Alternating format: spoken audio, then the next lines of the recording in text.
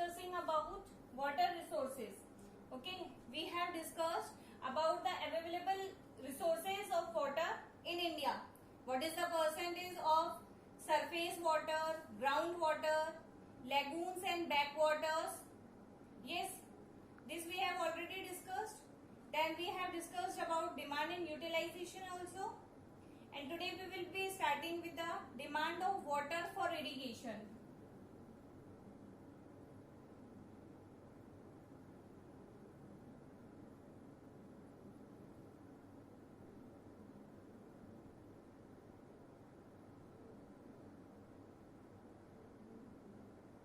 Yes, as we all are knowing that water is very useful resource. It is being needed in every activity.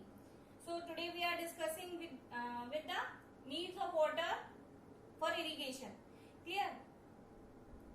Now we all are knowing that Indian agriculture depends on rainfall. Yes, but you all are knowing that rainfall is uncertain. ठीक है, uncertain, and there are many areas where there is less than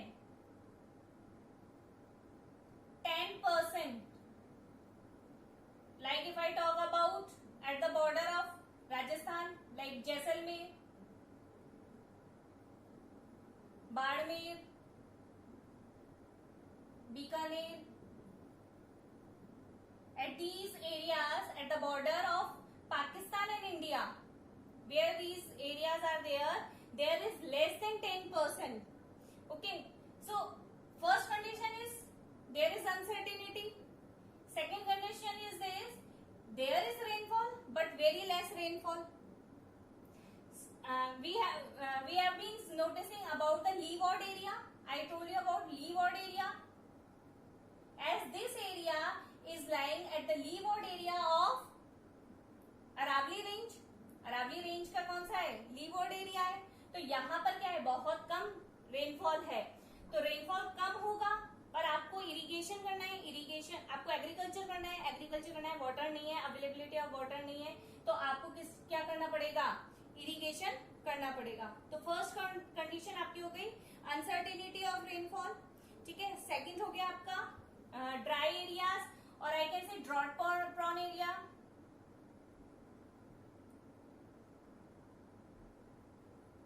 अब वहां पे क्या करोगे? Irrigation is the only way जहां पर आप क्या करोगे? अपने एग्रीकल्चर को वाटर सप्लाई करेंगे only through the irrigation. Clear? तो इरिगेशन वाले एरियाज में है. Next we are knowing that summer और विंटर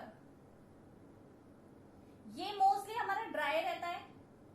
सिर्फ जो हमारा रेनी सीजन है या मॉनसून है उसी में ही हमको क्या मिलता है? रेनफॉल. दो इट इज डिवाइडेड कि हिमालयास पे तो आपको क्या है? ग्लेशियर्स अवेलेबल है, तो वहां की रिवर्स पेरेनियल है, तो आप लोग कई सारी कैनाल्स बना करके हमने इरिगेशन को इजी बना लिया है. ठीक है. लेकिन if I talk about the peninsular plateau area, वहां पर आप जहां पे टोटली रेनफॉल पे डिपेंड है, वहां पर कुछ जगहों पे तो डैम्स को कंस्ट्रक्ट किया हुआ है. अदरवाइज अगर मैं बात करूं राजस्थान की, जहां पे डेजर्ट है, तो अलग अलग मेथड्स को देखा हुआ है. ठीक है. अलग अलग मेथड्स को देखा हुआ है. जैसे कि आपको पता है हम लोग देखते हैं dripping method, drip method,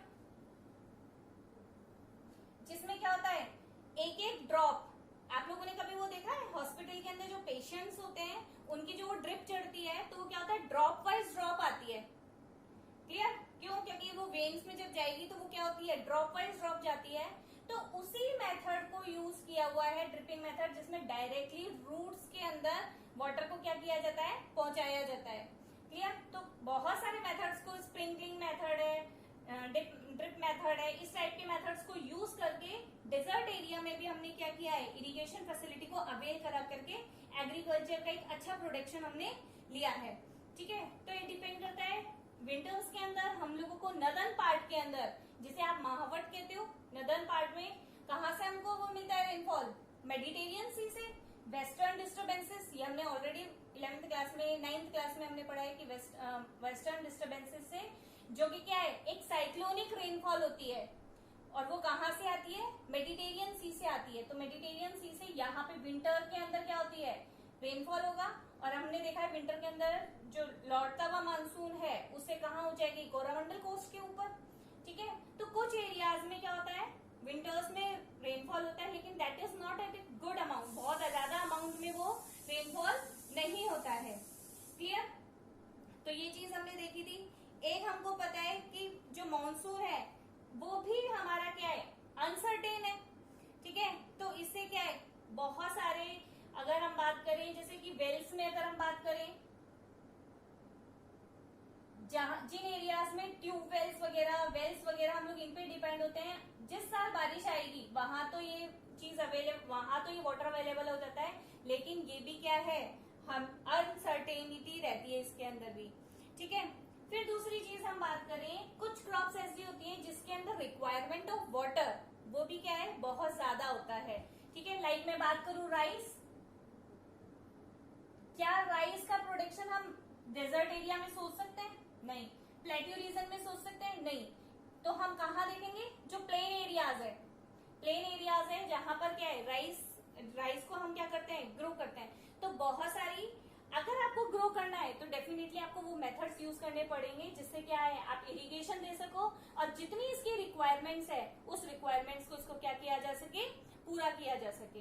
clear, फिर उसके बाद अगर हम बात करें, जो हम ये चीज तो देखते हैं, अगर हमने इस फैसिलिटी को अवेल करा दिया तो यहाँ का जो प्रोडक्शन होगा वो प्रोडक्शन क्या होगा, इंक्रीज हो जाएगा डेफिनेटली। अगर पानी अवेलेबल है तो प्रोडक्शन भी इंक्रीज हो जाएगा। Next if I talk about, तो हम बात करें HYV सीड्स। HYV सीड्स के बारे में आप लोगों ने 9th क्लास के अंदर इकोनॉमिक्स के अंदर भी पढ़ा हुआ है कि जब हमने ग्रीन रिवॉल्यूशन के बारे में पढ़ा था तो हम लोगों ने ये भी पढ़ा था कि HYV सीड्स कैसे कैसे उसको क्या काम होता है। HYV seeds high yielding seeds, इससे यील्ड यानी प्रोडक्शन, इससे जो प्रोडक्शन होगा वो बहुत ज्यादा इंक्रीज हो जाएगा। लेकिन जो सबसे बड़ा HYV सीड्स का ड्रॉबैक है वो यही है कि रिक्वायरमेंट ऑफ वाटर का जो रिक्वायरमेंट है वो बहुत ज्यादा है। ठीक है, तो अगर मैं नर्दर्न स्टेट्स की बात करूं, जहां पे अपन हरियाणा, पंजाब, राजस्थान का जो नर्दर्न पार्ट है, वहां पे उत्तराखंड, यहाँ पर क्या किया है, वाटर इरिगेशन मेथड्स को डेवलप करके HYV सीड्स यूज किए, इरिगेशन फैसिलिटी को अवेल करवाया। तो यहाँ पे आप देखते हो इन स्टेट्स को हम लोगों ने इकोनॉमिकली कैसे डेवलप किया है, इकोनॉमिकली इन्हीं मेथड से डेवलप किया है कि जब हमने HYV सीड्स को यूज किया, इरिगेशन फैसिलिटीज अवेल कराई और इसके प्रोडक्शन को क्या कर दिया, हमने बढ़ा दिया है। क्लियर, तो ये क्या है, ये भी एक HYV सीड्स अगर आप यूज करते हो तो यहाँ पर भी रिक्वायरमेंट ऑफ इरिगेशन है, ये भी क्या हो जाती है, बहुत ज्यादा बढ़ जाती है। दूसरी चीज आपको पता है, पॉपुलेशन क्या होती जा रही है, बढ़ती जा रही है। पॉपुलेशन बढ़ती जा रही है तो आपको पता है आपकी जो फूड की रिक्वायरमेंट है, पॉपुलेशन बढ़ी, फूड रिक्वायरमेंट्स बढ़ेगी तो क्या होगा, आप कहाँ से लाएंगे, एग्रीकल्चर करना पड़ेगा। तो again you are depending upon irrigation. अगर हम बात करें प्लेट्यू रीजन की, अगर हम इन सब चीजों को देखें, आपको पता है ये रिवर्स में क्या, इनमें बहुत ज्यादा पानी नहीं रहता है, पेरेनियल रिवर्स नहीं है ये सारी। तो जो अभी प्लान बन रहे हैं वो यही बन रहे हैं कि जो रिवर्स हैं, आपको पता है महानदी, गोदावरी, कृष्णा, कावेरी, ये तो इधर आएंगी, इधर नर्मदा और तापी है। इन रिवर्स को क्या, इनको और इनकी ट्रिब्यूटरीज, इनको क्या किया जा रहा है, इनको जोड़ा जा रहा है, रिवर्स को जोड़ने की कोशिश की जा रही है ताकि जिन रिवर्स में पानी कम रहता है उनके अंदर भी वाटर का लेवल बढ़ सके। और वाटर लेवल बढ़ेगा तो हम लोग क्या बनाएंगे, कैनाल्स। और इनका मेन पर्पस क्या होता है, मेन पर्पस क्या है इनका, for to avail the irrigation facilities, ताकि उन जो मेन रिवर होती है वो तो अपने ही रास्ते बहती है, उसमें से क्या किया जाता है, छोटी छोटी केनाल्स को कंस्ट्रक्ट कर दिया जाता है और यहाँ से वो वाटर क्या होता है, कुछ परसेंटेज ऑफ वाटर यहाँ पे आ जाता है और बाकी का इधर चला जाता है। तो ये क्या होता है, ये कैनाल्स क्या कर रही हैं, जिन एरियाज में इनको कंस्ट्रक्ट, जैसे कि अगर अपन बात करें सतलज रिवर से इंदिरा गांधी कैनाल है, ठीक है, इंदिरा गांधी कैनाल कहाँ तक आती है, अपने गंगानगर तक आती है, गंगानगर हनुमानगढ़, यहाँ पे जब आती है तो यहाँ पे क्या है, इरिगेशन फैसिलिटी हमको किससे मिल रही है, इंदिरा गांधी कैनाल से, जो कि बाड़मेर गढ़रा रोड तक है, ठीक है, नॉट ओनली गंगानगर, गंगानगर बीकानेर, इधर जैसलमेर, बाड़मेर, बाड़मेर उसका लास्ट है गढ़रा पॉइंट, ठीक है, वहां तक ये कैनाल को कंस्ट्रक्ट किया हुआ है। और कंस्ट्रक्ट किया हुआ है तो क्या है, इन एरियाज में इरिगेशन, डेजर्ट एरिया है, आपको पता है यहाँ पे इरिगेशन रेनफॉल जो है वो बहुत कम होगा, तो इरिगेशन फैसिलिटीज को कैनाल्स के थ्रू क्या किया हुआ है, इनको बढ़ाया हुआ है, क्लियर। तो ये इसकी वो, और फिर अगर हम बात करें कि कुछ स्टेट्स ऐसे हैं जहां पर हमने देखा है, हरियाणा हो गया, पंजाब हो गया, जो वाटर है, ठीक है, उसका कितना परसेंटेज हम लोग क्या करते हैं, नेट सोन एरियाज में से, जैसे कि अगर मैं बात करूं पंजाब के अंदर 76% है, ठीक है, हरियाणा के अंदर 51% है। तो ये क्या है, नेट सोन एरियाज का परसेंटेज है, क्या है, नेट सोन एरिया का परसेंटेज है, जो कि हमने क्या यूज किया है, इरिगेशन के ऊपर डिपेंड है, क्लियर। टोटल जितना एरिया पे इरिगेट किया जाता है उतने में से इतना परसेंटेज तो हम इरिगेशन फैसिलिटीज अवेल करवा रहे हैं, ठीक है, तब जाकर के इसका प्रोडक्शन क्या हो रहा है, बढ़ रहा है, क्लियर। तो ये हमारे क्या है कि इरिगेशन की फैसिलिटीज, इरिगेशन की रिक्वायरमेंट क्यों है, तो हमने क्या क्या पॉइंट्स डिस्कस किए, हमने देखा कि रेनफॉल की अनसर्टेनिटी रहती है, ठीक है, कुछ एरियाज लीवॉर्ड एरियाज होते हैं जहां पे रेनफॉल नहीं होता है, रेनफॉल नहीं होगा तो डेफिनेटली आपको क्या करना पड़ेगा, इरिगेशन फैसिलिटी अवेल करवानी पड़ेगी। बहुत सारे ड्रॉट प्रोन एरियाज हो जाते हैं, जैसे कि अगर मैं बात करूं मेघालय के अंदर, अपन ने पढ़ा है मासिनराम, चेरापूंजी, मासिनराम, ये पढ़ा है, जो मासिनराम जगह है, हाईएस्ट रेनफॉल, वर्ल्ड में हाईएस्ट रेनफॉल मासिनराम में रिकॉर्ड किया जाता है। स्टिल ये कैसा एरिया है, यहाँ पर वाटर फैसिलिटीज नहीं रहती है, क्यों, फर्स्ट थिंग तो एक तो ये क्या है, रॉक है, आपको पता है रॉक्स है, हिली एरियाज है, रॉक्स है ये सारी, ठीक है, रॉक्स है तो क्या होगा, वाटर होल्डिंग कैपेसिटी इसमें नहीं रहेगी, ठीक है, और रॉक्स होने की वजह से वाटर जितना भी रेनफॉल होता है यहाँ पे क्या हो जाता है, बह करके निकल जाता है, ठीक है, बह करके निकल जाता है, मतलब रॉकी एरियाज होने के कारण। तो यहाँ पर भी क्या होता है, ड्रॉट की स्थिति आ जाती है, क्या स्थिति आ जाती है, ड्रॉट की, यहाँ पर भी सूखा पड़ जाता है। दूसरी चीज अगर मैं बात करूं, यहाँ पर आपको पता है डैम्स को कंस्ट्रक्ट करना इट्स नॉट इजी, क्यों, क्योंकि अगर डैम्स को कंस्ट्रक्ट करते हैं तो आपको पता है पीछे लेक बनेगी, जहां पर हम डैम्स कंस्ट्रक्ट करते हैं तो डैम के पीछे क्या होगा, लेक बनेगी, ठीक है, एक्स्ट्रा प्रेशर होता है, एक्स्ट्रा प्रेशर होता है, और उन जो रॉक्स होती हैं उन रॉक्स के बीच में क्या हो जाता है, वाटर इकट्ठा हो जाता है, पानी इकट्ठा हो जाता है, जो कि फिसलन पैदा कर देता है, ठीक है। अब दो रॉक्स हैं, ये जब फिसलेंगी तो यहाँ पर भी क्या होगा, अर्थक्वेक के चांसेस बहुत ज्यादा बढ़ जाते हैं, क्लियर। तो बहुत सारे कंडीशन ऐसे हैं कि मासिनराम हाईएस्ट रेनफॉल रिकॉर्ड होने के बाद भी ये ड्रॉट प्रोन एरिया हो जाता है, ठीक है, यहाँ पे सूखा पड़ता है, तो डैम्स भी कंस्ट्रक्ट नहीं किए जा सकते, बहुत सारी प्रॉब्लम्स यहाँ पे क्रिएट हो जाती है एग्रीकल्चर को लेकर के, ठीक है।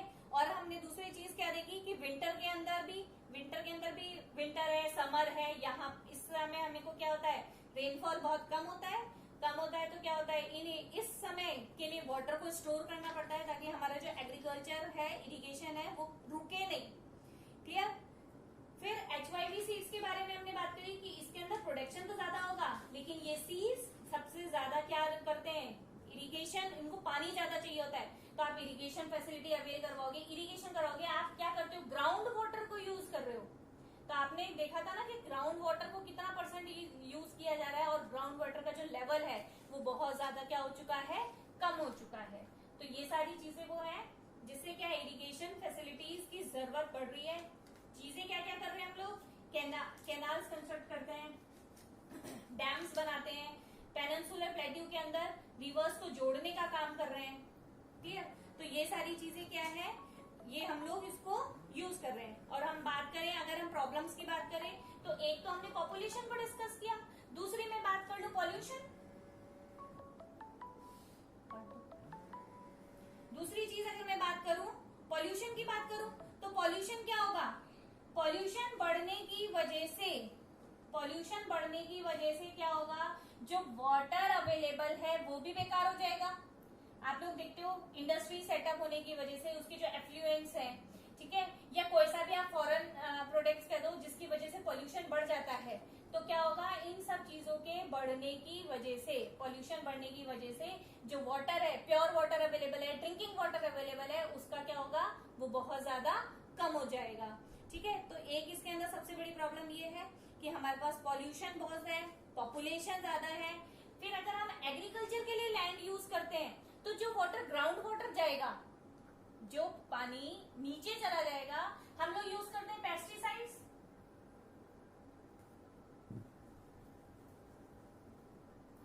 पेस्टिसाइड्स यूज कर रहे हैं। पेस्टिसाइड्स यूज करेंगे तो क्या होगा? ये भी सॉइल के अंदर मिक्स होगी और वाटर के थ्रू क्या होगी? नीचे चली जाएगी। नीचे जाएगी तो क्या होगा? उस पानी के अंदर भी मतलब जो बैक्टीरिया और प्रॉब्लम इकट्ठी हो जाएंगे, मेडिसिनल है, पॉइजनस है, तो ये सब क्या होगा? इसका यूज होगा। एक सीवेज, सीवेज का पानी भी कहा जाता है, कहीं ना कहीं जाकर के जहां पे डंप होता है वो भी क्या करता है? उस वाटर की क्वालिटी को खराब करता है। ठीक है, तो ये सारी प्रॉब्लम्स क्या है? इंडस्ट्रियल एफ्लुएंट हो गया, पेस्टिसाइड्स हो गया, सीवेज हो गया, पोल्यूशन हो गया, पॉपुलेशन हो गया, ये सारी प्रॉब्लम्स क्या है? वाटर प्रॉब्लम्स को बढ़ाती है। क्लियर?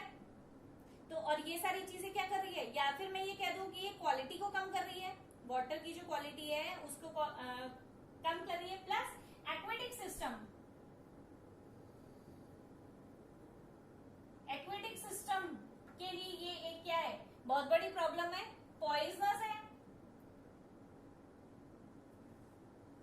इस सिस्टम को अगर प्रॉब्लम होगी तो यहां पर भी क्या होगा? फिशेस है और ये सब है, वो भी मरेंगी और वो भी क्या करेंगी? उसको पॉल्यूशन को, वाटर पॉल्यूशन को इंक्रीज करेंगी। तो इसका क्या रहेगा? और अगर हम बात करें जो पॉइजनस एफ्लुएंट जा रहा है, चाहे वो आप इंडस्ट्रीज का हो चाहे कोई सा भी हो, तो जाता है तो एक्वेटिक सिस्टम, वो लोग क्या करेंगे? उसको यूज करेंगे और वो लोग भी बीमार होंगे। अब वही बीमार हम लोग क्या करते हैं? मछली पकड़ के लेके आते हैं, मछली को खाते हैं। किसी ने टेस्ट किया है क्या कि मछली एकदम सही है या नहीं है?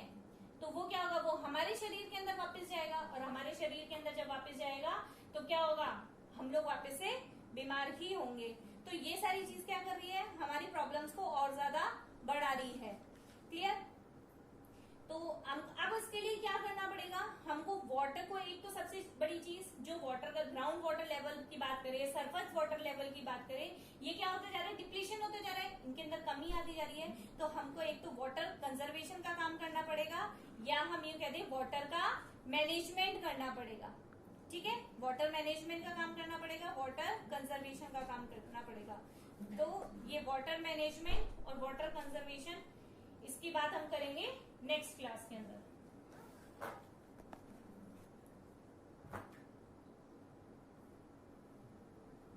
ये वो रिकॉर्ड, हाँ, ये लव को बुला लो, मैंने अभी बंद कर दिया। लव, ये लव, लव, बस अब आप वहां जाके बोलो, मैं इसको ऑन कर दूँ। हाँ, अब बोलो, किसी को कोई प्रॉब्लम है?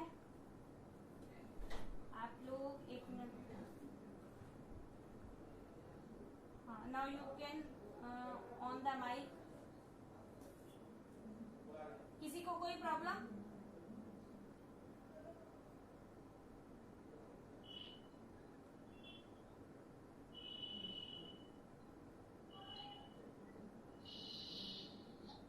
कीर्ति, आपको मेरी बात सुनाई दे रही है? हाँ, तो अब ये बताओ, आपने आपका जो शुरू का रह गया है ना बेटा, उसको अभी छोड़ दो। ठीक है, उसको छोड़ दो, हम लोग रिवीजन तो करेंगे ही, है ना? तो तब कर लेंगे। जिसका छूट गया है उसे टेंशन लेने की जरूरत नहीं है। टेंशन हो रही है अब होनी चाहिए कि अगर अभी भी नहीं पढ़ेंगे तो फिर टेंशन का मैटर है।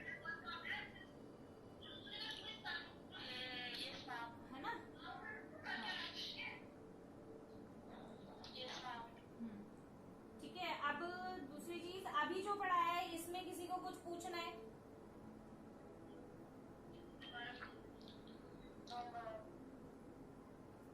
कोई ऐसा है? काजल, काजल पूरी बात समझ में आई क्या बेटा?